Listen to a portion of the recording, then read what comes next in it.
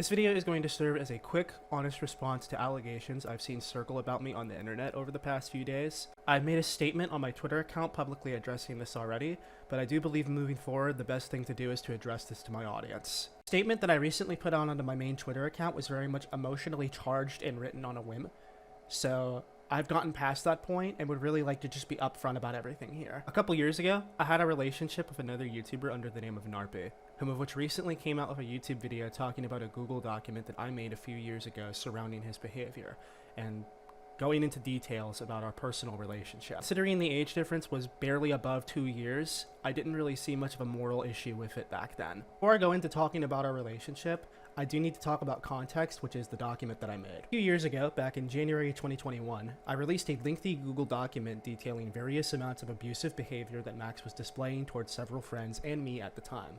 And at the time that I wrote this document, it was the climax of our relationship, when he was being extremely abusive towards me, and I wrote that really purely as a way to try to exit the situation that was ongoing with him. I obviously could have handled this in a much different and better way than a manipulative, one-sided document, and I do apologize for doing that. This document is very manipulative, and it paints our entire relationship to be as if it's one-sided, or that I never gave in or was complicit with this relationship whatsoever. I made several excuses for my actions in this relationship and made it seem like it was not a mutual relationship between the two of us. And for that, I am sorry for that. I did not once call him a groomer or a pedophile inside of this document, but I did include old allegations which very much could have made it seem like that was the case. I personally knew these allegations inside of the document to be false, and they were included inside of it to point out manipulative behavior that he had done towards other people.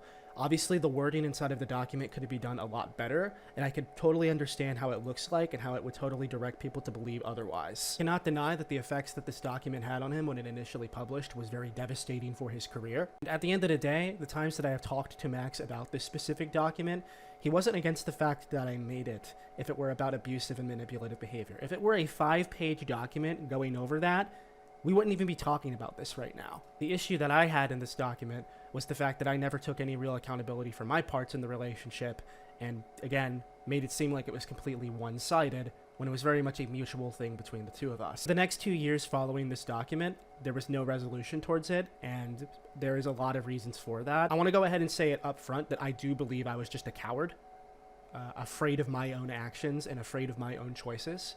I shouldn't be like that anymore.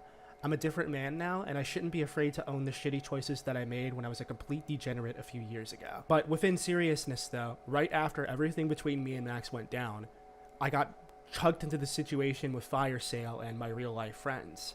And that basically took over my life for the year following. I really only got back in contact in around June 2022. And this is right after I had exited everything regarding that situation, when I was very mentally unwell and absolutely not in any position to be talking to anybody, let alone him. Ultimately, my end thoughts on the document that I made almost 3 years ago is that it never should have happened, and I was in zero position to be making a document on him at all.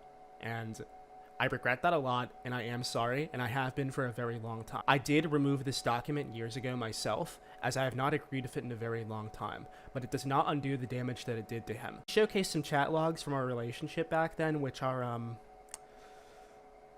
very degenerate, to say the least. I would like to say that these chat logs are authentic, they are true, and they are me on the other side of the conversation.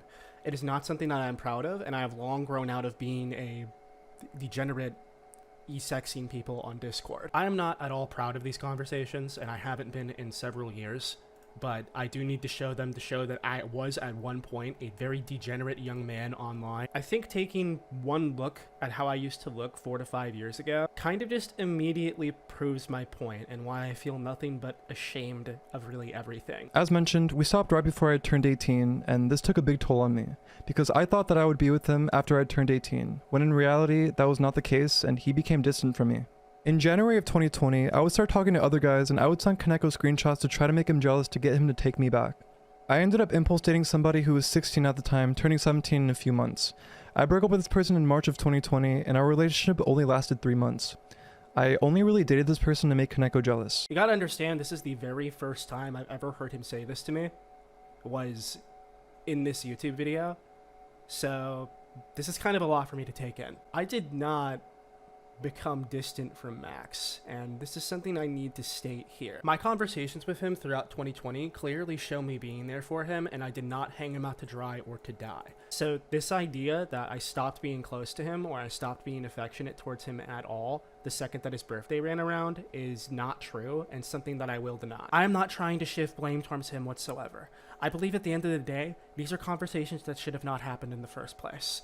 And that is entirely on me in the end, as somebody that should have been far more responsible with it. This is something that he himself even stated in his YouTube video, where he talked about that he didn't feel that I stopped because of anything, but really just because of the family situations I had going on at the time. I don't think he stopped being sexual with me because I had turned 18, but rather at the time there was a family incident and he needed to attend to it. I should have just given him space and moved on myself.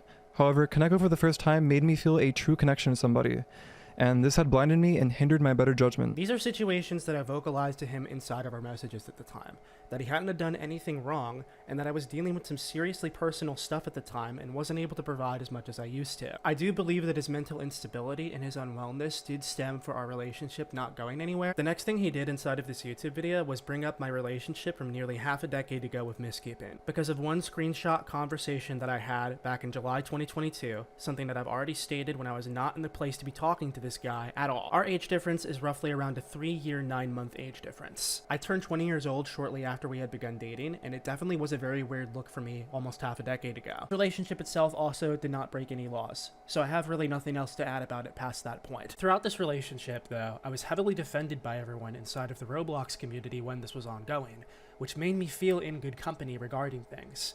The mindset and mentality I had back then was if it's legal, it doesn't matter, which in hindsight was incredibly fucking stupid, but it has been almost half a decade ago at this point. I think this statement that I made several years ago regarding our breakup and our relationship in general is certainly worthy of criticism. I have given honest responses about our breakup to people before that have gone unseen, where the reason we broke up initially was because I was morally uncomfortable by the relationship, and recognized that we were both in completely different parts of our lives. Me and Miss Keeping have remained very good friends over the years and have kept in contact ever since that point.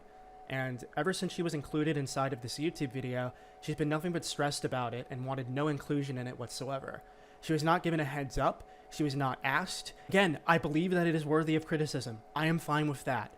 But I just do not think that this video was the place to do. And if you were seriously trying to bring that up as a point, the most and the bare minimum you could have done is just reach out to her or at least give her a heads up beforehand. This idea that is going around that I stopped caring about her the second that we broke up is completely and entirely false, and is proven easily by the fact that we still actively talk and are friends to each other. As I've mentioned previously, I have absolutely no idea about Koneko's relationship with Naku, or about why it stopped.